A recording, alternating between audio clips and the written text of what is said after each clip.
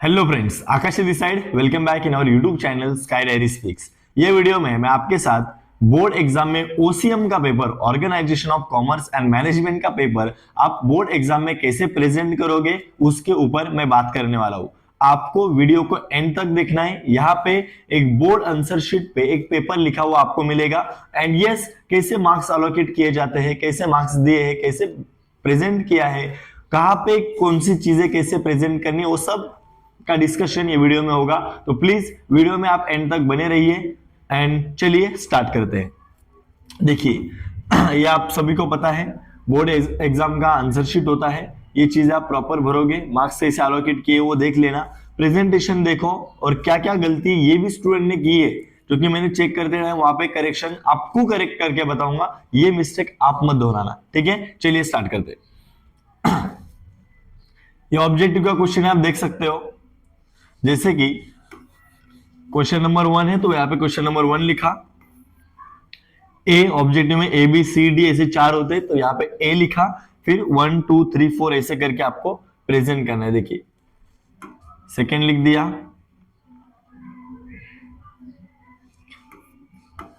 Third fourth and fifth.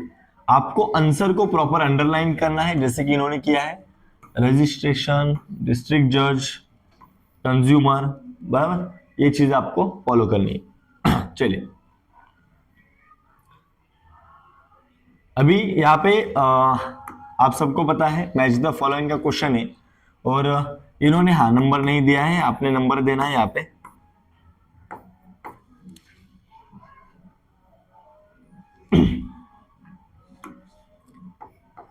Got it. और यहाँ पे आपको सामने आंसर लिखना है। इन्होंने देखो यहाँ पे लिखा भी है कि भाई ये चीज आंसर से, राइट। Got it. तो ये आप प्रॉपर प्रेजेंट करोगे तो आपको पूरा मार्क्स मिल जाएगा। नेक्स्ट चीज है ट्रू और फॉल्स। नंबर 2, ट्रू और फॉल्स लिख दो प्रॉपर। स्टेटमेंट लिखने की जरूरत है क्या सर? नहीं, नहीं लिखोगे स्टेटमेंट तो भी चलेगा। और ऐसा नहीं है सर, फिर हम फिल इन द ब्लैंक्स में क्या करेंगे? फिल इन द ब्लैंक्स में वहां पे रीराइट लिखा रहता है, तो जिसमें आपको अच्छे से ध्यान दो, रीराइट ये वर्ड लिखा रहता है ना, तो वहां पे आपको वो स्टेटमेंट वापस लिखना होता है। यहाँ पे रीराइट वगैरह कुछ लिखा नहीं, आप डायरेक्ट लिखोगे चल जाएगा, ठीक है। चलिए ये आंसर इन वन वर्ड था। डायरेक्टली स्टेटमेंट पूरा लिखने की जरूरत नहीं, मेन आंसर पे आ जाओ, हो जाएगा आपका काम, ठीक है।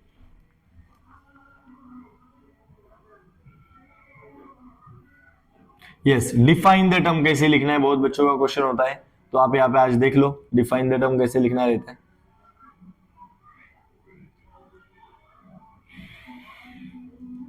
यहाँ पे अगर क्वेश्चन नंबर 2 था ना सर, तो यहाँ पे नहीं, वो यहाँ पे लिखो क्वेश्चन नंबर 2, राइट। उसके बाद में फिर आपको यहाँ पे उसमें यहाँ पे वहां पे उन्होंने लिखना चाहिए था, या उसमें का फर्स्ट लिख रहे हैं हम, तो मैनेजमेंट को उन्होंने डिफाइन किया है और उसमें आप देख सकते हो पॉइंट 1 2 3, उसके बाद में चौथा भी पॉइंट इन्होंने लिखा रहेगा। 4 पॉइंट्स। जरूरी नहीं है कि 3 3 4 4 लाइन का आप एक्सप्लेनेशन लिखो, एक दो लाइन का एक्सप्लेनेशन लिखोगे, बीच में एक लाइन छोड़ना। 2 पॉइंट लिखोगे तो 1 मार्क्स मिलेगा, 4 पॉइंट लिखोगे तो 2 मार्क्स मिल जाएंगे, ठीक है। तो वैसा करना। और बाकी का भी आप देख सकते हो सेम किया इन्होंने, सेकेंड प्रॉपर, राइट। देखो थर्ड, उसमें 4 लिखना रहता है, आपको ही पता है, तो चौथा भी लिख दिया यहाँ पे। नेक्स्ट, ये हो गया शायद, यस हो गया। Case study sir, case study. अभी यहाँ पे एक बच्चे ने मिस्टेक किया है सर, यहाँ पे थर्ड नंबर यहाँ पे लिखो और उसमें से बाबा ए वाला केस स्टडी आप लिख रहे हो, ये चीज यहाँ पे बता दो। फिर उसमें इन्होंने फर्स्ट केस स्टडी लिखा था, ये देखो यहाँ पे फर्स्ट वाला केस स्टडी आप लिख रहे हो, ये बता दो बच्चों को। और उसमें आप ए का आंसर लिख रहे हो, बी का आंसर लिख रहे हो, सी का आंसर लिख रहे हो, राइट। जो मेन आंसर आपका होगा केस स्टडी में, कंप्लीट द सेंटेंस में लिखना है, कंप्लीट सेंटेंस में मेन आंसर जो था उसको अंडरलाइन करो, बराबर। मेन आंसर जो था उसको अंडरलाइन करो, ठीक है। केस स्टडी में ये बातें ध्यान रखना। देखो ये सेकेंड केस स्टडी है, उन्होंने लिख दिया है उसके बाद डिस्टिंग्विश, डिस्टिंग्विश कैसे प्रेजेंट किया एक बार आप देख लेना। डिस्टिंग्विश प्रेजेंट करने का सिस्टम देखो, अभी यहाँ पे वो चीज याद रखो, क्वेश्चन नंबर वहां पे लिखो 1 एंड देन आप डिस्टिंग्विश लिखोगे, बीच में पॉइंट लिखते हो, अच्छा लगता है, और आंसर बड़ा रहना चाहिए ना अपना, इसके लिए थोड़ा जुगाड़ कर दिया चल जाएगा। देखो बीच में पॉइंट, ये आप एग्जाम में करोगे ना तो आपका आंसर बड़ा भी हो जाएगा और दिखने में भी प्रेजेंटेशन में वो चीज अच्छी दिखती है, ठीक है। नेक्स्ट चीज आप देखो, सेम डिस्टिंग्विश ही है, इसका पीडीएफ मैंने टेलीग्राम चैनल पे अपलोड कर दिया है, नीचे डिस्क्रिप्शन में आप टेलीग्राम चैनल का लिंक मिलेगा, और वो आप नोट्स हमारे हैं, उसके लिए भी कॉन्टेक्ट डिटेल्स मैंने डिस्क्रिप्शन बॉक्स में डाल दिए, कुछ भी ये सब टॉपिक्स के ऊपर वीडियोस अपने ऑलरेडी अपलोडेड है, ओसीएम का प्लेलिस्ट जाके चेक करो, सब कंटेंट वहां पे है, ठीक है। ये भी डिस्टिंग्विश है, और चलिए आगे बढ़ते हैं बाबा।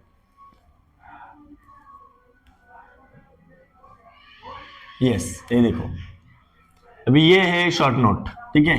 शॉर्ट नोट्स में वही चीज, क्वेश्चन नंबर, फिर उसमें से फर्स्ट लिख रहे हो आप, मीनिंग प्रॉपर। शॉर्ट नोट के लिए मीनिंग, इंट्रोडक्शन, डेफिनेशन, ये तीनों में से एक दो चीज यहाँ पे होनी चाहिए, जैसे कि इन्होंने देखो क्या किया है, प्रॉपर मीनिंग लिखा है, then techniques of scientific management question था वो लिखा है, ठीक है। ये चीजें आप फॉलो करना, और स्पेस, जिंदगी में स्पेस बहुत जरूरी है सर, बराबर। देखिए पॉइंट एक लाइन छोड़ दिया है, एक्सप्लेनेशन, फिर एक लाइन छोड़ के पॉइंट, एक लाइन छोड़ के प्रॉपर एक्सप्लेनेशन, ये चीजें पेपर चेक करने वाले को भी अच्छी लगती है। देखिए सेम सेकेंड था वो, वहां पे भी उन्होंने सेम किया है, गॉट इट। चलिए देखो आगे,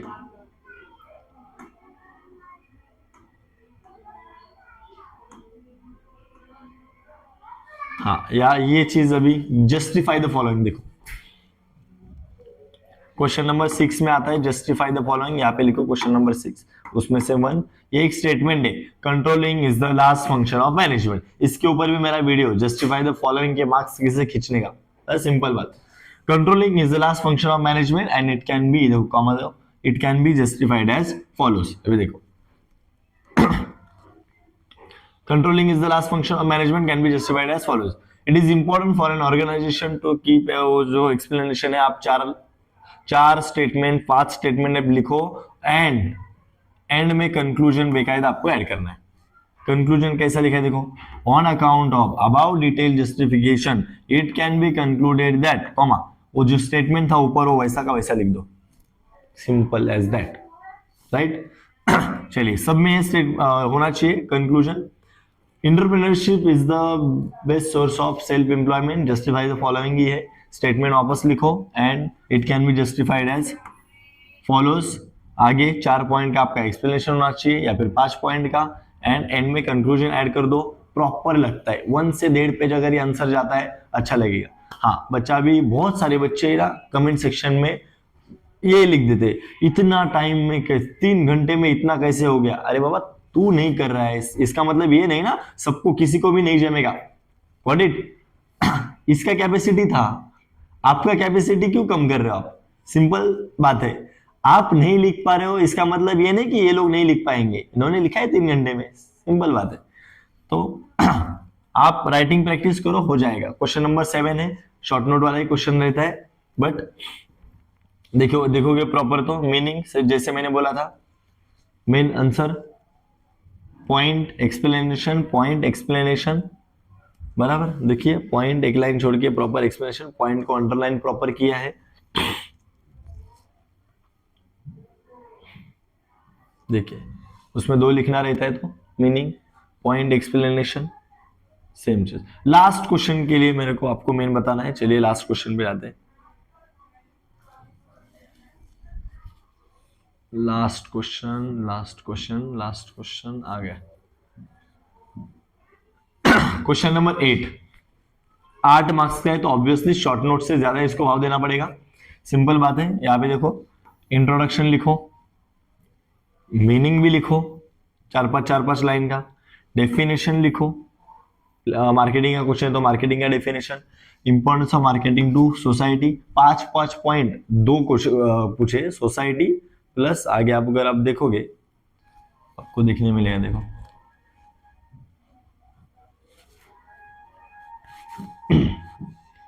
5-6 पॉइंट लिखे बच्चे ने।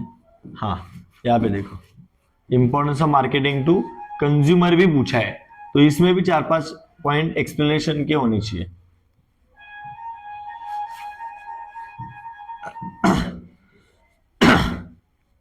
देखो 6 पॉइंट्स ऑफ एक्सप्लेनेशन लिखे यहाँ पे, तो इतना इंपॉर्टेंस देना होता है।